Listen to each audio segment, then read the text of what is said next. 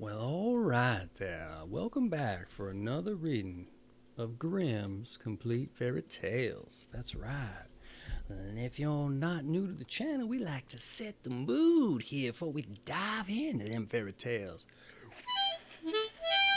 Yeah, let me push the mic away so I don't blow you out too hard there.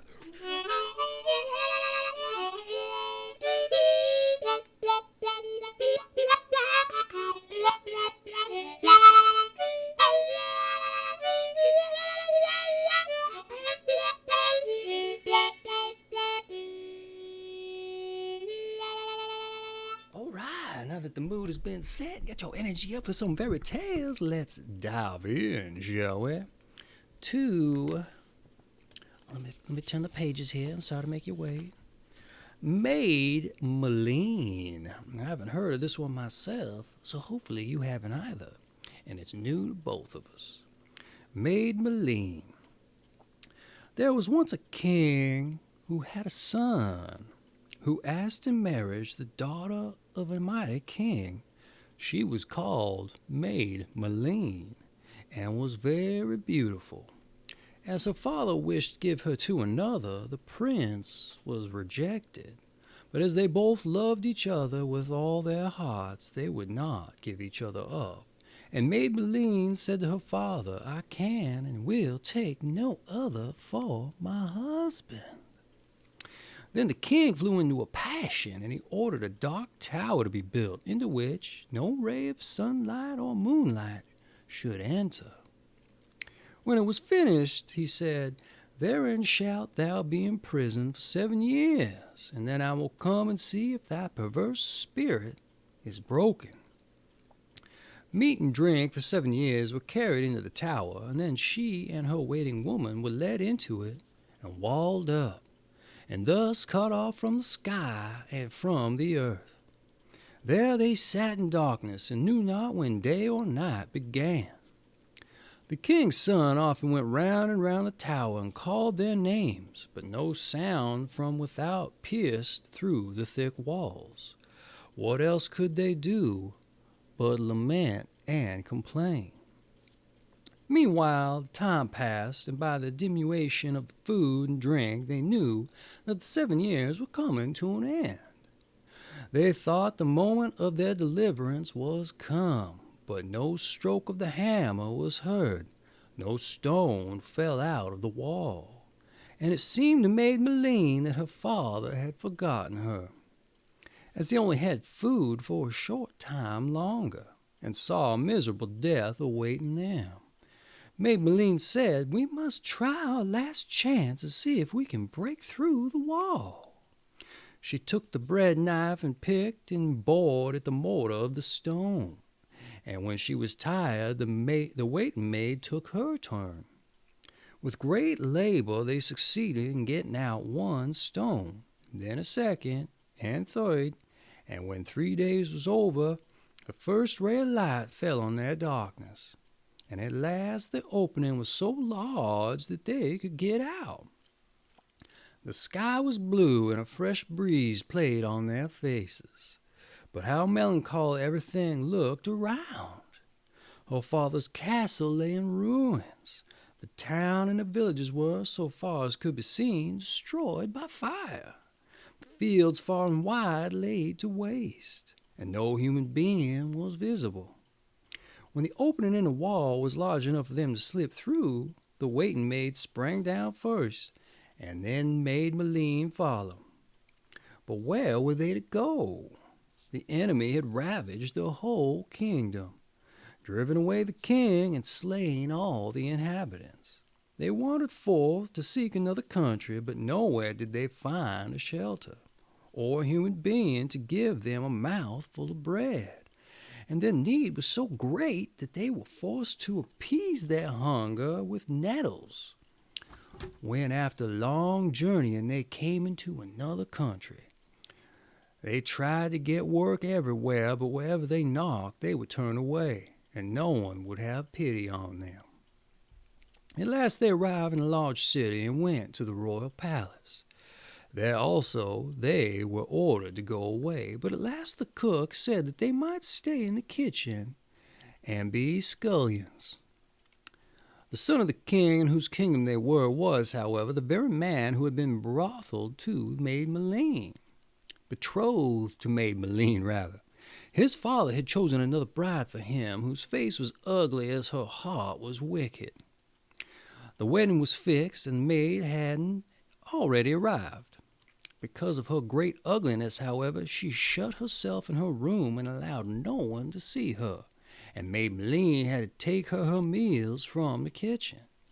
When the day came for the bride and the bridegroom to go to church, she was ashamed of her ugliness, and afraid that if she showed herself in the streets, she would be mocked and laughed at by the people. Then she said to Maid Maleen, "A great piece of luck has befallen thee. I have sprained my foot and cannot well walk through the streets. Thou shalt put on my wedding clothes and take my place, a great honor that thou canst not have." Maid Maleen, however, refused it and said, "I wish for no honor which is not suitable for me." It was in vain, too, that the bride offered her gold, and at last she said angrily, "If thou dost not obey me, it shall cost thee thy life. I have but to speak the word, and thy head will lie at thy feet." Then she was forced to obey and put on the bride's magnificent clothes and all her jewels. When she entered the royal hall, everyone was amazed at her great beauty. And the king said to his son, "This is the bride whom I have chosen for thee, and whom thou must lead to church." The bridegroom was astonished and thought, "She is like my Maid Maleen, and I should not believe that it was she herself. But she has long been shut up in the tower or dead." He took her by the hand and led her to the church, and on the way was a nettle plant. She said, "Oh, nettle plant, little nettle plant, what dost thou here alone? I have known thy time when I ate thy unboiled, when I ate thee unroasted." "What art thou saying?" asked the king's son. "Nothing," she replied. "I was only thinking of Maid Maleen." He was surprised that she knew about her, but kept his silence. When they came to the footplank in the churchyard, he said, "Footbridge, do not break. I am not the true bride." Or she said, rather, "Footbridge, do not break. I am not the true bride." "What art thou saying there?" asked the king's son. "Nothing," she replied. "I was only thinking of Maid Maleen. Dost thou know Maid Maleen?" "No," she answered. "How should I know her? I have only heard of her." When they came to the church door, she said once more, "Church door, break not. I am not the true bride." "What art thou saying there?" he asked. "Ah," she answered, "I was only thinking of Maid Maleen." Then he took out a precious chain, put it around her neck, and fastened the clasp. Thereupon they entered the church, and the priest joined their hands together before the altar, and married them. He led her home, but she did not speak a single word the whole way. When they got back to the royal palace, she hurried into the bride's chamber, put off the magnificent clothes and jewels, dressed herself in her gray gown, and kept nothing but the jewel on her neck, which she had received from the bridegroom. When the night came, the bride was to be led into the prince's apartment. She let her veil fall over her face, that he might not observe the deception. As soon as everyone had gone, he said to her, What didst thou say to the nettle plant which was growing by the wayside?" "To which nettle plant?" asked she. "I don't talk to nettle plants." "If thou didst not do it, then thou art not the true bride," said he. So she bethought herself and said, "I must go out unto my maid, who keeps my thoughts for me." She went out and sought Maid Maleen. "Girl, what hast thou been saying to the nettle?" "I said nothing but, O nettle plant, little nettle plant, what dost thou here alone? I have known the time when I ate thee unboiled, when I ate thee unroasted." The bride ran back into the chamber and says, I know now what I said to the nettle, and she repeated the words which she had just heard. But when didst thou say to the footbridge when we went over it? Asked the king's son. To the footbridge, she answered. I don't talk to footbridges. Then thou art not the true bride. He said again. She then said, I must go out to my maid who keeps my thoughts for me, and ran out and found Maid Maleen. Girl, what didst thou say to the footbridge? I said nothing but, footbridge, do not break, I am not the true bride. That cost thee thy life, cried the bride, but she hurried into the room and said, I know now what I said to the footbridge, and she repeated the words. But what didst thou say to the church door? To the church door, she replied. I don't talk to church doors. Then thou art not the true bride. She went out and found Maid Maleen and said, Girl, what didst thou say to the church door? I said nothing, but church door break not, I am not the true bride. Thou wilt break thy neck for thee, cried the bride, and flew into a terrible passion. But she hastened back into the room and said, I know now what I said to the church door. And she repeated the words, But when hast thou the jewel which I gave thee at the church door? What jewel? She answered. Thou didst not give me any jewel.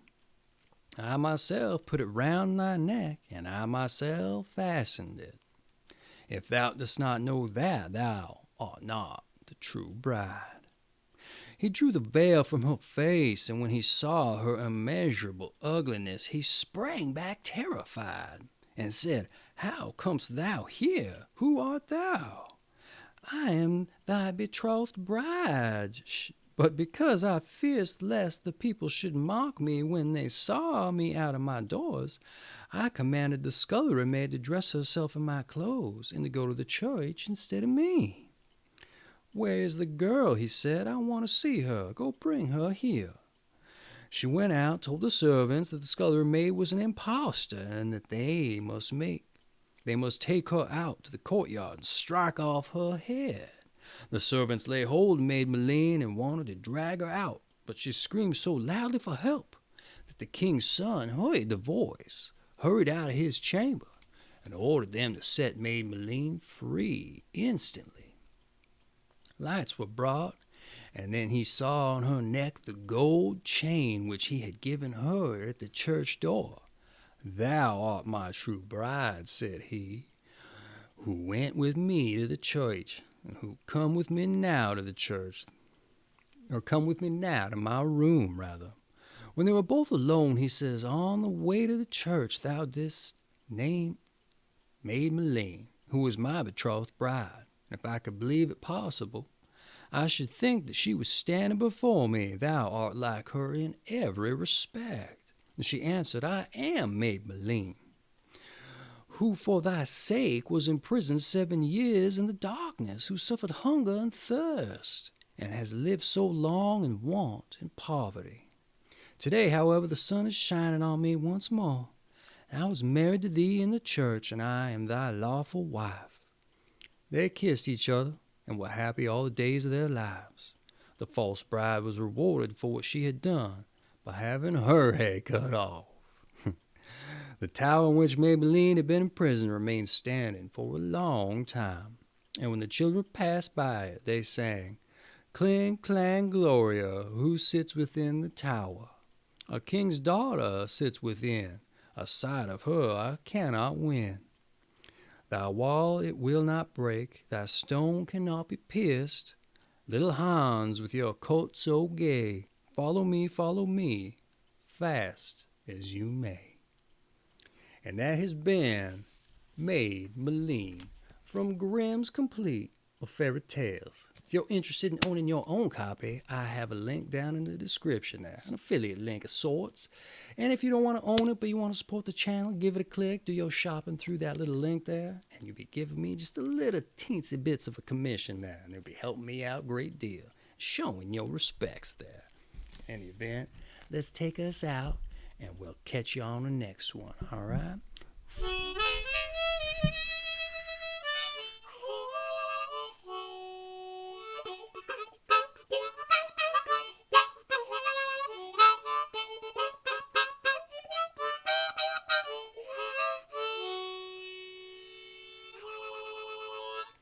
You have a good one, you hear?